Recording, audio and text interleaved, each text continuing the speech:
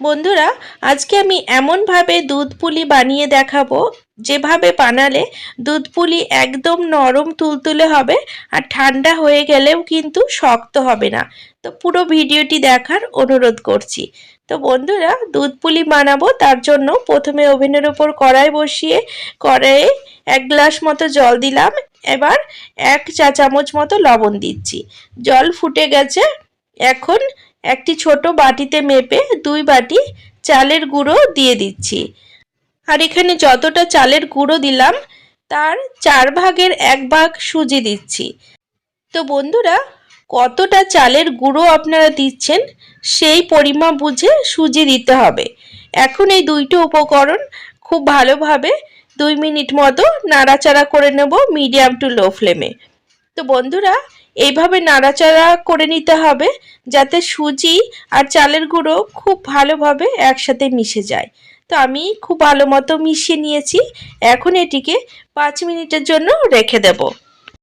5 minute পরে এটিকে একটি থালার মধ্যে ঢেলে নেব ঠান্ডা হওয়ার জন্য। তবে খুব বেশি ঠান্ডা হয়ে গেলে চলবে না। তো বন্ধুরা, এখানে আমি ভেতরে যে স্টাফিংটা দেব তার জন্য দেখতে পাচ্ছেন খোয়া নিয়েছি। আর খোয়ার মধ্যে 2 টেবিল চামচ খেজুর গুড় দিয়ে দিচ্ছি। এখন এই গুড়ের সাথে খোয়া খুব ভালোভাবে মিশিয়ে নেব, কারণ খোয়া বেশি মিষ্টি হয় না, হালকা মিষ্টি হয়। তো যার কারণে ভেতরে এগুলো পুর দিলে খেতে অতটা ভালো লাগে না। সেই জন্য আমি একটুখানি গুড় মিশিয়ে নিলাম, এতে পুলিটা খেতে খুব মিষ্টি লাগবে। এদিকে স্টাফিং তৈরি হয়ে গেছে। আর এদিকে আমি নামিয়ে রাখা চালের গুঁড়ো আর সুজির মিশ্রণ বেশ ভালোভাবে হাত দিয়ে মেখে নেব। ঠিক যেমনভাবে আটা মাখে ঠিক সেইভাবে মেখে নিতে হবে, একদম নরম করে। এই সময় যদি জলের দরকার হয় সেক্ষেত্রে একটু হালকা জল দেওয়া যেতে পারে, তবে জল অবশ্যই গরম জল দিতে হবে। দেখতে পাচ্ছেন কতটা নরম করে মেখে নিয়েছি আর একদম সফট হয়েছে এটি। এখন এ থেকে পুলিগুলো বানিয়ে নেব। তার জন্য এই ডো থেকে অল্প একটুখানি লেচি কেটে নিলাম। তারপর 2 হাত দিয়ে খুব ভালো করে গোল করে এইভাবে বাটির আকারে গড়ে নিলাম।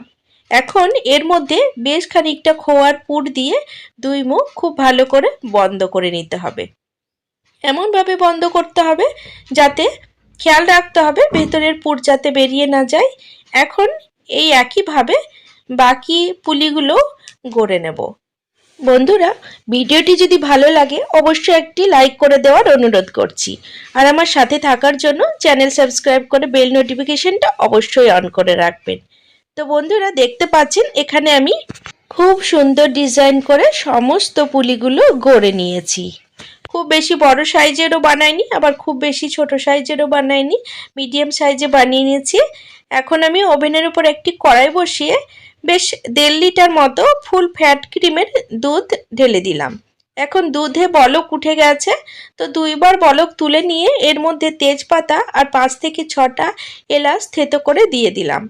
এইভাবে দুধটা আরও 4 থেকে 5 মিনিট জাল করে নেব যাতে দুধটা একটু ঘন হয়ে যায়। তো বন্ধুরা, 4 থেকে 5 মিনিট জাল করে নেওয়ার পরে এর মধ্যে আগে থেকে বানিয়ে রাখা পুলিগুলো একে একে ছেড়ে দিচ্ছি। তো পুলিগুলো এই দুধের মধ্যে দিয়েই সেদ্ধ করে নিতে হবে। যখন পুলিগুলো দুধের ওপর ভেসে উঠবে তখন বুঝতে হবে যে পুলিগুলো খুব ভালো মতো সেদ্ধ হয়ে গেছে। তো এখানে দেখতে পাচ্ছেন বেশ কিছুক্ষণ হওয়ার পর পুলিগুলো বেশ দুধের ওপর ভেসে উঠেছে, তার মানে পুলিগুলো সমস্ত সেদ্ধ হয়ে গেছে। এখন আমি মিষ্টির জন্য এর মধ্যে 1 বাটি খেজুর গুড় দিয়ে দিচ্ছি। আপনারা চাইলেই পুলিটা চিনি দিয়েও বানাতে পারেন, সেক্ষেত্রে স্বাদও ভালো হয় আর কালারটাও সাদা হয়ে থাকে। কিন্তু আমি যেহেতু গুড় দিলাম সেহেতু কালারটা একটু চেঞ্জ হবে।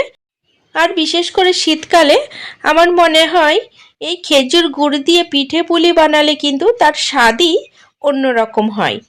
তো বন্ধুরা, এখানে দেখতে পাচ্ছেন গুড় দেওয়ার পরে খুব ভালোভাবে নাড়িয়ে দিয়েছি। এবার 4-5 মিনিট মতো জাল করে নামিয়ে নেব। তো বন্ধুরা, এইভাবে একদিন পিঠে পুলি বানিয়ে দেখুন, আশা করছি আপনাদের ভীষণ পছন্দ হবে।